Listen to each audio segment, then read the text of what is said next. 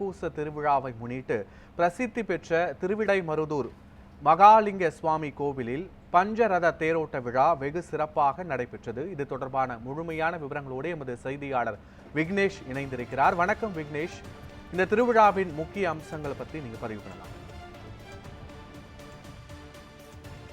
நீக்கும் சிறப்பு ஸ்தலமாகவும் திருக்கைலாய பரம்பரை திருவாவடுதுறை ஆதீனத்திற்கு சொந்தமானதாகவும் இருந்து விளங்கக்கூடிய திருவிடைமருதூர் அருள்மிகு மகாலிங்க சுவாமி திருக்கோயில் தைப்பூச பெருவிழா கடந்த 2ஆம் தேதி கொடியேற்றத்துடன் தொடங்கி தினந்தோறும் சுவாமி அம்பாள் சிறப்பு அலங்காரத்தில் திருவீதியுலா காட்சியானது நடந்து வருகிறது. 10 நாட்கள் நடக்கும் இந்த உற்சவத்தின் பிரதான நிகழ்வான பஞ்சரத திருத்தேரோட்ட பெருவிழா இன்றைய தினம் வெகு விமரிசையாக தொடங்கியது.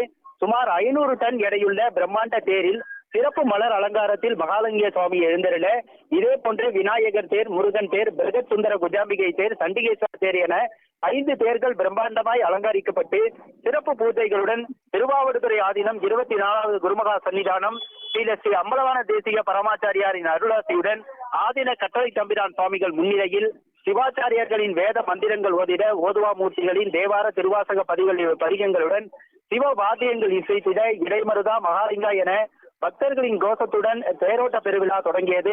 நிகழ்ச்சியில் தமிழகத்தின் பல்வேறு பகுதிகளைச் சேர்ந்த ஆயிரக்கணக்கான பக்தர்கள் தேரினை வடம் பிடித்து வழிபாடு செய்து வருகின்றனர்.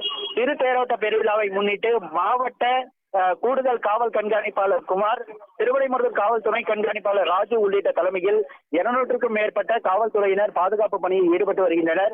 மேலும் வருவாய்த்துறையினர், திருவிடைமருதூர் பேரூராட்சி பணியாளர்கள், சுகாதாரத்துறையினர், மின்சாரத்துறையினர் உள்ளிட்ட ஏராளமான துறை சார்ந்த அலுவலர் மற்றும் பணியாளர்கள் தொடர்ந்து பணியில் ஈடுபட்டு வருகின்றனர்.